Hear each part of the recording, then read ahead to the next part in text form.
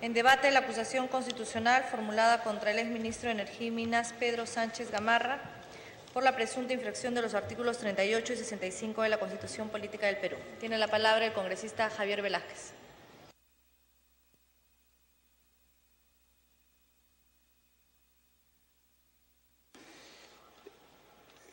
Gracias, presidenta.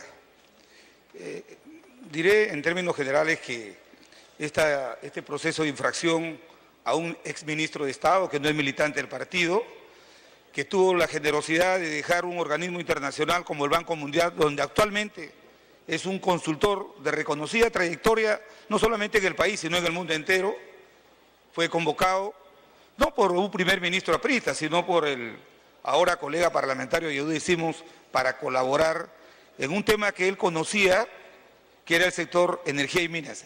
Y fíjense la paradoja, muchos de los parlamentarios que han acompañado esta acusación constitucional, sí convalidaron su trabajo de este gran funcionario público peruano que durante la década de los 90 se encargó de pilotear el proceso de privatización en el país, que dio muy buenos resultados para consolidar el modelo económico por el cual transita nuestra patria por más de 20 años. Por eso es que es necesario, señora presidenta y colegas parlamentarios, establecer claramente que la motivación que lleva esta acusación por infracción constitucional no tiene nada que ver con los argumentos insostenibles, débiles, carentes de veracidad, propuestos por el encargado, por la Comisión Permanente para sustentar esta acusación. Y algunos otros colegas dirán cuáles son verdaderamente las motivaciones, que son muy extrañas y alejadas de los argumentos que se han dado. Pero bueno, se trata de un juicio político, y en un juicio político ponemos en la misma canasta razones y pasiones, porque será al final de cuentas la historia la que reivindicará a los peruanos que sabieron actuar en defensa de los intereses de su patria. Quiero decir que tanta es el desconocimiento de aquellos que sustentan la acusación, es que se han prendido de este argumento de decir que el ministro Sánchez fue un antipatriota, porque permitió que se hicieran contratos mayores para sacar el gas del mercado interno y entregarlo a la exportación. Nada más falso. Los argumentos que hemos escuchado en la Comisión Permanente son de aquellos demagogos que sin leer los fundamentos de una acusación dicen, sí, han afectado y han entregado el gas y por eso ha vulnerado la soberanía nacional. Falso. Primero, porque no han leído el decreto de urgencia. El decreto de urgencia que es la norma que se da justamente para responder a un contexto. El año 2009, las normas que se dieron para regular la capacidad de producción de gas habían sido rebasadas. Entonces, peligraba el suministro del gas. Dele tiempo. El suministro de la producción del gas en el mercado interno, porque el único contrato, como ya se ha dicho, que se hizo para la exportación de gas fue en el gobierno del presidente Toledo. Y fíjense, han pasado tantos años y el señor Gamarra no ha mostrado un informe del Ministerio de Economía de su gobierno que diga que se le entregó a la exportación un pie cúbico más de gas del que se les había otorgado en el gobierno del presidente Toledo. O sea, hoy día van a condenar por homicidio a una persona que lo acusan, pero que no aparece el muerto. No aparece el muerto. Y quiero decir, presidenta, en primer lugar, que las imputaciones que se hacen son genéricas. Se dice que el ministro Sánchez habría vulnerado el artículo 44, los deberes primordiales del Estado, y que los que sustentan, el congresista que ha sustentado sobre los deberes primordiales del Estado, también le hago recordar que debería leer también la parte referida a los deberes primordiales de defender la familia y no agredirla. Dice, vulneró el artículo 45, dice, el poder del Estado emana del pueblo, quienes lo ejercen lo hacen con las limitaciones y responsabilidades de la Constitución y la ley, el artículo 51 sobre la jerarquía de las normas jurídicas y el artículo 65 sobre el interés de los consumidores. En primer lugar, señora Presidenta, una infracción constitucional una imputación de infracción a la Constitución tiene que estar revestida de una característica fundamental, les guste o no les guste. Hoy día votarán, pero el Poder Judicial corregirá esa decisión. Toda imputación que se haga, ya sea de un delito o de una infracción a la Constitución, tiene que estar premunida de esta garantía, de este principio de derecho que se llama de tipicidad, de principio de derecho de tipicidad. Yo no le puedo decir, te acuso Yehude Simón porque has vulnerado la soberanía nacional. ¿Y cómo lo he vulnerado? No lo sé, pero has vulnerado la soberanía nacional. Tiene que haber una imputación concreta. ¿Y eso dónde está consagrado? En el artículo 2 de la Constitución. Nadie será procesado por acto de omisión que al tiempo de cometerse no esté previamente establecido en la ley de manera expresa e inequívoca. Esta acusación no tiene una imputación concreta. Y ya lo ha dicho el Tribunal Constitucional, que en el tema de infracciones constitucionales se tiene que establecer claramente cuáles son las infracciones a la Constitución. Pero lo más importante, en todo proceso sancionador, judicial, administrativo, electoral y en este tema parlamentario, toda sanción que se le va a imponer a una persona tiene que contar con un elemento fundamental que es la motivación. La motivación. ¿Y dónde está la motivación? No hay motivación. El señor Gamarra y los que acusan dicen, lo que han hecho es sacar gas del mercado interno y entregarle el gas de exportación. ¿Y dónde está el informe del Ministerio de Economía que los que exportan gas exportaron un pie cúbico más? ¿Dónde está el contrato que supuestamente autorizó a liberar más gas para exportación que el que se autorizó en el gobierno del presidente Toledo? No lo hay. Y no lo hay porque no existe.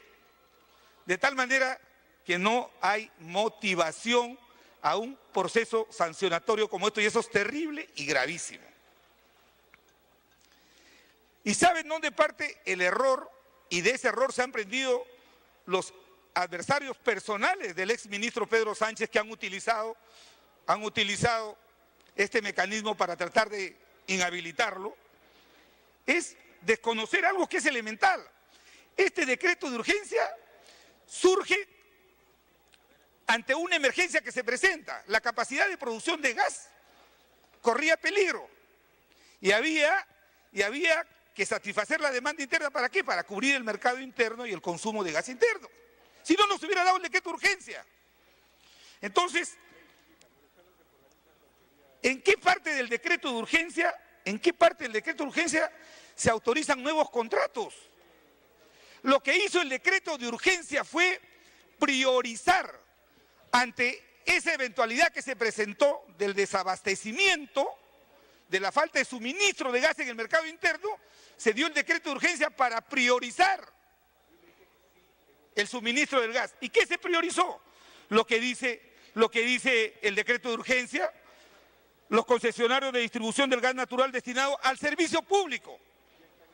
Lo que hizo la norma fue priorizar. No dijo háganse nuevos contratos, quítenle a uno y denle a otro. No, fue priorizar. Estableció una categoría de priorizaciones. Las centrales térmicas, ¿de dónde? ¿De México? ¿De Estados Unidos? ¿De Venezuela? No, las centrales térmicas del país, para evitar el desabastecimiento. Las centrales térmicas duales de ciclo abierto, la de ciclo combinado. Y entonces, para eso se dio el decreto de urgencia, porque teníamos una emergencia, había una emergencia. Entonces, dele más tiempo. Entonces, Presidenta, este incremento que surgió en la demanda, porque lo que sucedió es que la respuesta del mercado interno fue tan intensa que las normas que se habían dado para la producción de gas de ese entonces habían sido rebasadas, había una mayor demanda. Y esa demanda generaba una congestión en la infraestructura y generaba unas restricciones de suministro. Ante ese escenario había que actuar con decreto de urgencia, pues. y se estableció una prioridad, un orden de prioridades, pero el decreto de urgencia lo dice claramente, lo dice para la celebración de nuevos contratos, para la celebración de nuevos contratos. ¿Y saben por qué no se podía de ninguna manera modificar los contratos anteriores a la dación del decreto de urgencia? Porque un estudiante de Derecho sabe por elemental conocimiento del derecho que los contratos ley, aquellos que suscribimos en el gobierno del presidente Fujimori para garantizar estabilidad en la economía, los contratos ley, de acuerdo al artículo 62, cuando se pactan válidamente, no pueden ser modificados unilateralmente. O sea, el decreto de urgencia no podía autorizar nuevos contratos quitándole al que ya tenía un contrato que estaba premunido por contrato ley. No lo podía hacer. Eso se llama la intangibilidad de los contratos en un Estado de Derecho. Entonces lo que se hizo fue, es lo que ha dicho el abogado del exministro Pedro Sánchez. Como hay un absoluto desconocimiento sobre estos temas de carácter energético, aquí lo que se le quiere sorprender a la representación nacional es decirle, el señor Pedro Sánchez con el decreto supremo desvirtuó el decreto de urgencia y otorgó nuevos contratos para llevarse el gas al exterior y quitarle al mercado interno. No han podido probar y no lo van a poder probar que no se exportó un solo pie cúbico más fuera del país, porque la norma no habla nada del gas de exportación, porque no tendría por qué hablarlo, porque no otorgaba autorización para modificar los contratos anteriores ni autorizar nuevos contratos, porque no había producción de gas en el mercado interno. Lo que se hizo fue lo siguiente: habían clientes de productores que, como lo han dicho, tenían contratos para 100 millones de pies cúbicos y solamente estaban utilizando 40. Como había la emergencia, había que utilizar esos 60 para entregarle a otros clientes para cubrir la demanda del servicio público de las centrales térmicas. Eso sí era posible. Lo que no era posible decirle, mediante un decreto de urgencia o un decreto supremo, decirle al que tenía un contrato de hace 10 años, te vamos a quitar tu gas unilateralmente y luego nos entendemos. No se podía hacer eso. Entonces lo que se hizo con este decreto supremo fue al contrario: reorientar la producción de gas ocioso que había en el mercado interno para meterlo en el propio mercado interno, porque había una mayor demanda. Por eso es que en el gobierno del expresidente García la demanda interna del mercado de gas aumentó 25%. Entonces, Presidenta, se quiere castigar a un ministro, y yo sé que las motivaciones son producto de pactos políticos, de pactos extraños, por otras motivaciones, pero no hay ningún argumento de hecho, ni fáctico, ni jurídico, ni constitucional, que pueda meritar que podamos manchar la hoja de vida de un técnico que prestigia al Perú en el Banco Mundial y que sirvió al país no porque era militante del partido, sino que, como todo buen peruano, cuando es convocado por un gobierno para servir al país, a veces dejan sus buenas condiciones laborales que tienen para servir a la patria, y así queremos castigarlos. Por eso, Presidenta, yo he tenido la oportunidad de trabajar con el exministro Pedro Sánchez, y es un técnico de reconocida trayectoria. Por eso, Presidenta, ha habido se quiere confundir a la representación nacional. ¿Qué es el gas liberado? Es el gas que se obtiene entre restarle al volumen de gas contratado el gas utilizado. Queda ahí un saldo que no lo utiliza el cliente que tiene el contrato, entonces se pide prestado para poderlo meter al mercado interno y eso no afecta la intangibilidad de los contratos. Entonces, eso se ha hecho en favor del país, del mercado interno. Entonces, el decreto supremo que tuvo vigencia, que reglamentó el decreto de urgencia 023, de ninguna manera lo alteró, y no lo alteró y ni vulneró el principio de jerarquía jurídica. No hay un informe que lo sustente, han pasado 4 años, y ni siquiera quienes han impulsado esta acusación se han dado el trabajo de llamar al Ministerio de Energía y decir: oiga, se exportó una molécula de gas más al exterior del que se contrató en el gobierno del presidente Toledo. Le van a decir no, porque no ha salido una molécula de más gas. Estos decretos, ni el decreto de urgencia, ni el decreto supremo, autorizaban nuevos contratos porque no había, permítame, Presidenta, no había producción de gas, no había. Había una mayor demanda. y había el peligro de que pudiera desabastecerse el mercado interno. Entonces, señora presidenta, si no hay motivación en el procedimiento sancionatorio, si no se ha establecido cuál es el hecho concreto en virtud del cual se le va a imponer una sanción de inhabilitación a un peruano por 5 años en la administración pública. ¿Cuál es el hecho concreto? El decir, vulneró el artículo 42 porque no cumplió con los deberes fundamentales del Estado. ¿Cuál deberes? Entonces, señora presidenta, no se puede utilizar estos procedimientos constitucionales como herramientas encubiertas de venganzas personales. Y por eso, señora presidenta, yo sé que la representación nacional, muchos de los colegas nos van a acompañar para desestimar y mandar al archivo esta propuesta de acusación constitucional.